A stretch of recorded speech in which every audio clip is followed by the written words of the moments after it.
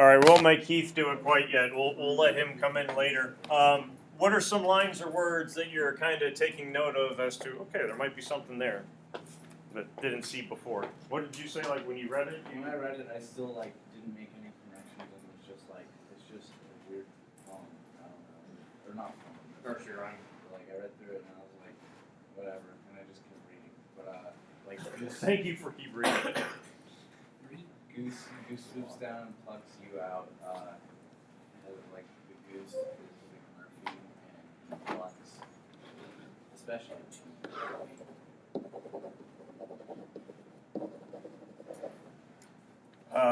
And so plucks you out, you said definitely chief, but then you could also kind of tack on some other patients as well? Yeah. Okay. Actually, I'll just put it here. And certainly the whole then, goes over the cuckoo's nest. If they're plucking you out, what are they taking you out of? The cuckoo's nest, cuckoo, insane asylum, mental hospital, that kind of stuff. So, all right, I'll write this, and then Grant, we'll go to you here in a second. Hospital, oops, I can spell hospital. Hospital/ward. So I was thinking Mrs. Tangletoes was Nurse Ratchet on that note because Okay. she catches hens, and I know earlier in the book, and also puts them in a pen. So earlier in the book, McMurphy mentions that it's like a pecking party in the hospital. That kind of relates to chickens and hens. Okay. So yeah, so going, and she's the one who's the good fisherman, and putting them in. So catching hens, you said similar, yeah, to the pecking party, and at the end down here, I like the game. I like Grandma. I don't like Mrs. Tingle Tangle Toes, and so that would certainly reinforce that I don't like Nurse Ratchet. You mentioned, Jesse, kind of playing off, since Grant mentioned the hens and the pecking party, the goose swooping down is going to be McMurphy. Anyone remember what was one of the first questions that McMurphy asks of all the patients that he's interacting with his first day on the ward? Basically, he's saying who's in charge, but who here is the bull, goose, loony? Who's the one who's in charge? Who's the one who's the craziest? And again, now we're going is the craziest, or at least the one who is in charge. He is the goose who's swooping down, plucking people out. So you have that reference to the hens early on, to the pecking party that Grant's mentioned. You also have reference to the goose. Certainly we've talked about animal imagery a fair amount, or at least animal references. Rabbits, wolf, remember there's the dog that's running off the road, kind of similar to what's happening with Grapes of Wrath and the turtle, when Chief has his moment of clarity after he gets pulled out of the fog. Even then, McMurphy is kind of like that outlier in the sense that he is the goose in the world of hens, where he is the quote-unquote most sane-seeming person throughout the novel until the very end. And like when you think of a goose, they're I don't want to say they're violent, but they definitely antagonize. They are definitely forceful. I've never been attacked by a goose. My older brother was. My mom will tell you the story where the goose, they were at some park farm thing, and Jeff just walked down by the ducks and the geese, and the one goose just started kind of going at him. So they are annoying. They are a pest. They antagonize. They're driven. They keep going no matter what. Those would certainly be viable options for describing McMurphy. And even with Mrs. Tingle Tangle Toes being nurse, Tingle Tangle, like what kind of feeling, sensation, Tingle Tangle Toes? Electricity. Like tingling, yeah, electricity, shock. What's her main weapon? What's her main force? You got EST. When is this happening? When he's on the EST table. So, and what I don't think you're going to necessarily do here is for Thursday take this reference coming from 285, quote it, maybe do a big allusion with the title with it. But it's a nice passage to take a look at that tends to kind of reinforce, reference, summarize a lot of other scenes that are taking place. One flew east, one flew west, one flew over the cuckoo's nest. The ones who are going east and west, what are they doing from the cuckoo's nest? They're leaving, yeah. East, west, going in other directions. Harding leaves, Chief leaves, Seafelt leaves, Frederickson leaves. So all those patients, end up leaving one way or another.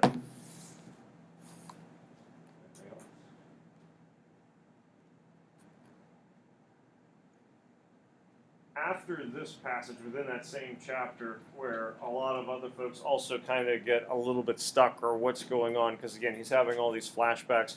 He talks about rolling dice a good bit as well, rolling like double snake eyes and all that kind of stuff coming up. What did you say? When you say he thought like it was one of the dice or something. And like you have a definite, I feel like we're always using the word motif or extended metaphor. Gambling is a big part of the book with McMurphy coming into it.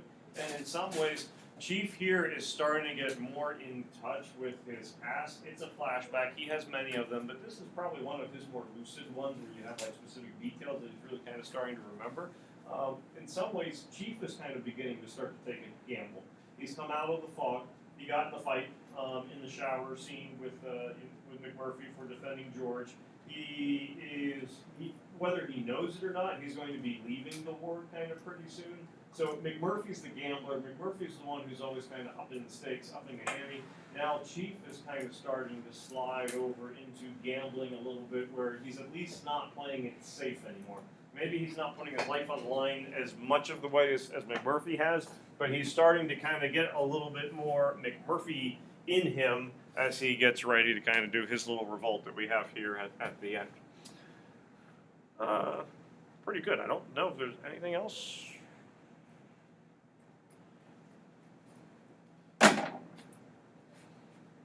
When you get old, you'll have a black crab hand, just like Grandma. I feel like she can't move fingers anymore. They'd just be like claw. I don't know. Do you have a black crab? Not yet, but Viking's disease does run in the family. Viking's disease is when your fingers start to, they curl. So eventually I'll be like this. Typing won't be good. Are you a Viking? I am.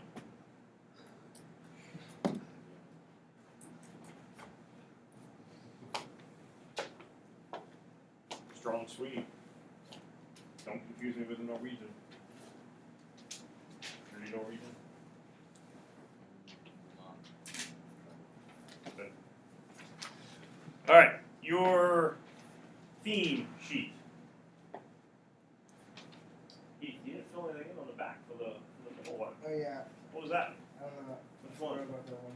Actually, I didn't forget about that I was one. gonna say, how do you forget about it? You did the one in front of it, you did the one behind it. You don't forget about it. I was so confused on that one. I don't know. I just didn't have. I was not. The well ran dry. Didn't have the patience to. I don't know. To think about it. Which one do you feel good about? I don't know. I can't remember what else was probably the treatment. Well, it's right in front of you. Probably the treatment. Oh, the mentally ill? Yeah. Yeah, what'd you put? Not good. I said, which one do you feel good about? You tell me this one. Then you go, not good? I listed like the shock therapy and the bonding. I talked about the chronics, like when Ellis was it Ellis that was tied up? Yep. How like someone were tied up and strapped on and they like basically just sit there on their own waist. You said lobotomy too. Yeah. Okay. And then I said Nurse Ratched like manipulates them and drove. I would say Nurse Ratched kind of drove someone to kill themselves, such as Vivid. Really Vivid. Okay, and Cheswick. Yeah. At least, whether or not her fault, we can argue, but Bibbit and Cheswick, since I'm kind of thinking of this as a review, other suicide, third suicide, not on the ward, but in the hospital over the course of the book.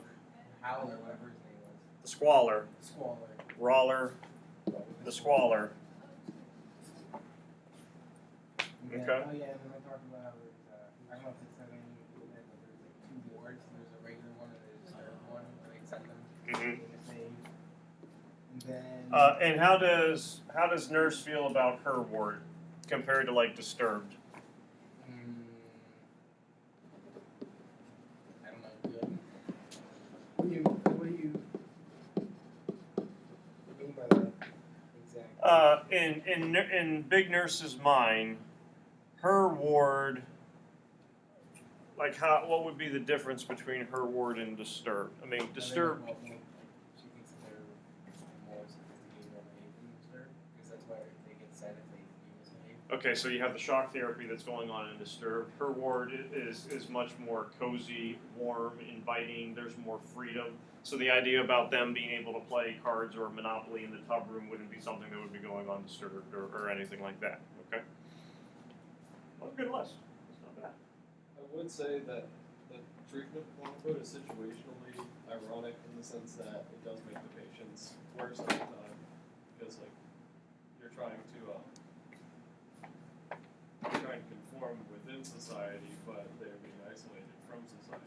Okay, and so now that we have a list of things as to examples of the mentally ill, so I said to you, hey, any of these thematic ideas that we have up here could end up being, basis of a TWA. You wouldn't have something that would just simply go identify examples of mistreatment of the mentally ill or something like that and then identify the devices. But, maybe you have, and I'm making this up, but what devices emphasize that the patients are, truly being mistreated or dehumanized in some way. So you can use these as examples to kind of think about, all right, where do I want to get into specific details from the book? But now, what devices could I start to pair up with these that could be emphasizing that mistreatment? So shock therapy, or just being on the ward in itself, you're in a hospital, this would be a place where you are supposed to get better. And you could probably tie in, her manipulation in with this as well. You could certainly go, the idea of shock therapy is kind of what? So far as a term or a device description of it. Because you don't really think of electrocution as being. So it could be, you have a couple things that you could go. Nina, you just said juxtaposition.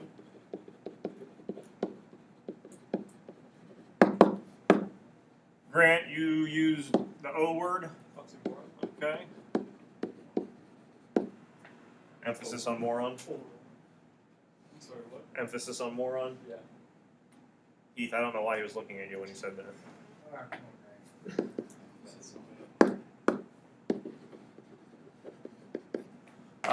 When it comes to try to differentiating among these four, juxtaposition, oxymoron, irony, paradox, I kind of threw out there as well.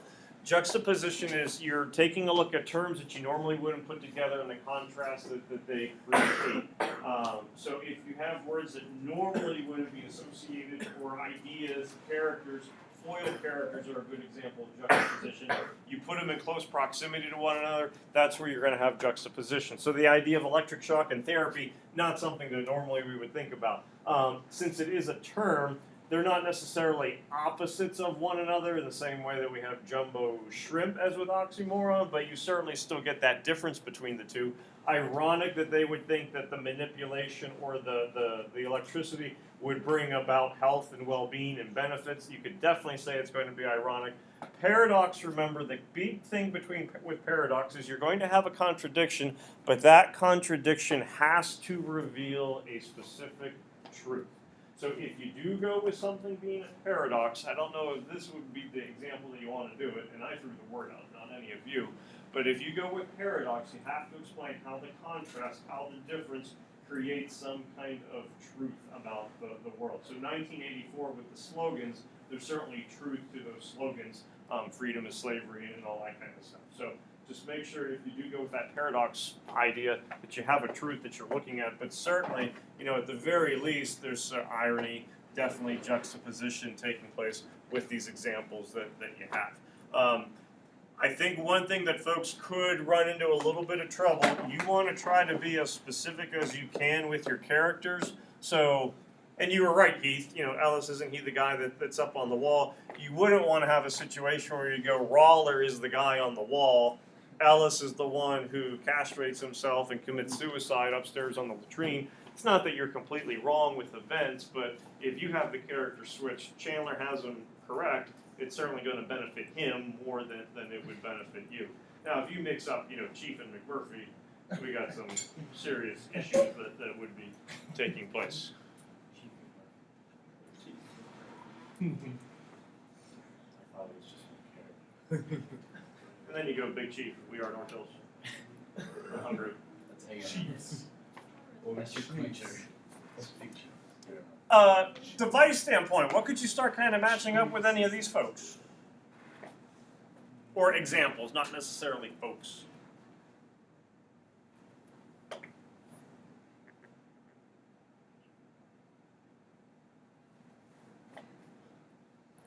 Say you wanted to write about Bibbit.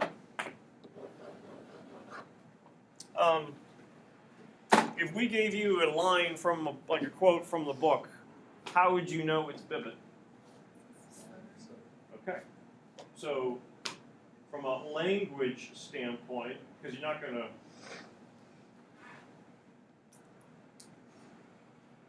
I hear the stuttering.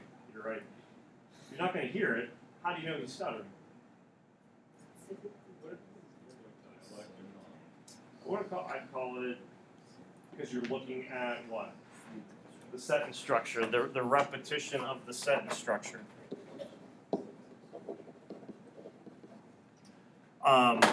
When does Bibbit's voice change? Which is pretty much most of the time. So when, can you think of any times when he's actually clear?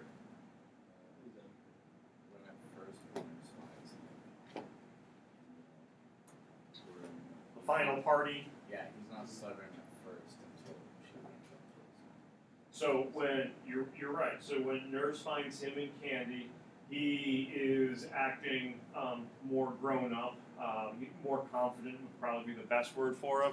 And then when she starts to bring up your poor mother would just be torn apart if she knew what you've done, the type of person that you've been associating with, then he starts going and blames McMurphy and whatnot. They made me do it. It wasn't my decision and all that kind of stuff. I'm thinking of this from a TWA standpoint. You're probably not going to be able to really quote his syntax and kind of illustrate what that sentence structure is. But you could certainly emphasize that when he is being manipulated or when he's being mistreated, Kesey shifts the syntax from normal, you know, what we would consider to be normal phrases, normal words, to much more choppy, repetitive, that would indicate his stutter is happening. So you're right, he stutters all the time. You don't know if you listen to it on an audiobook, I guess you kind of pick up on it better that way. But the syntactical structure of the sentences is what emphasizes that stutter. This is a way that you could still make a reference to syntax with Billy's voice without having to quote it word for word, and we would still know what you mean.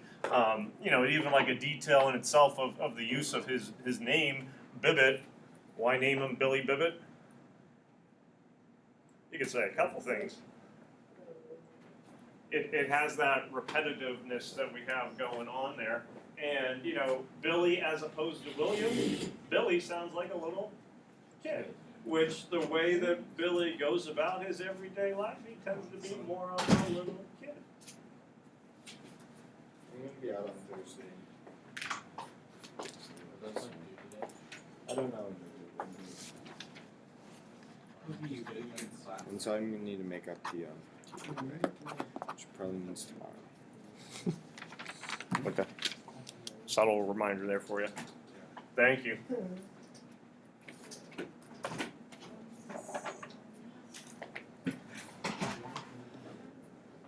How about her manipulation? Besides, like, going with, and the irony thing certainly would work, where she, you know, ironically has them point out flaws in one another or themselves to be therapeutic in their little community. Anything else with her manipulation that would pull in specific devices?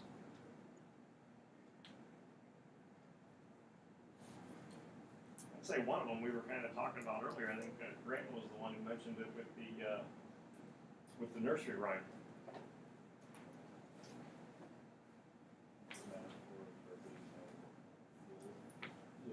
Okay. So, metaphor, wolf, rabbits, wolf being her, rabbits being the patients.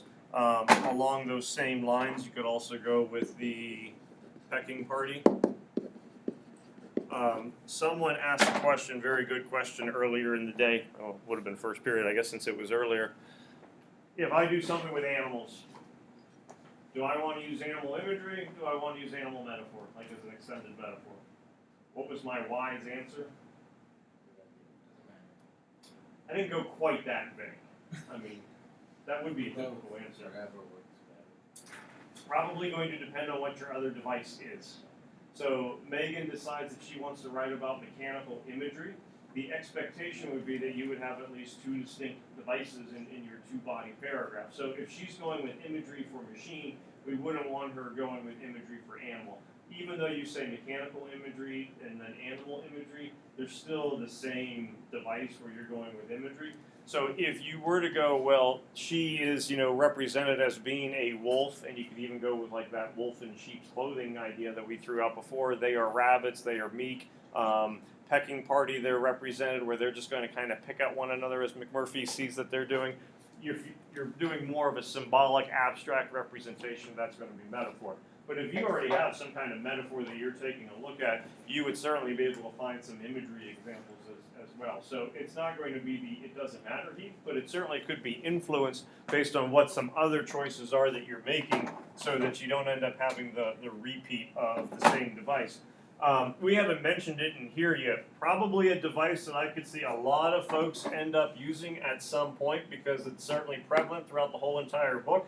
And it's an appropriate device for a lot of these things would be the use of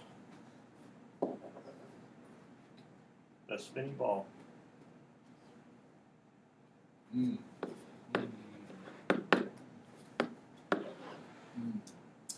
If you go motif, which would certainly work for a lot of things, what does a motif imply, definition-wise? What is a motif?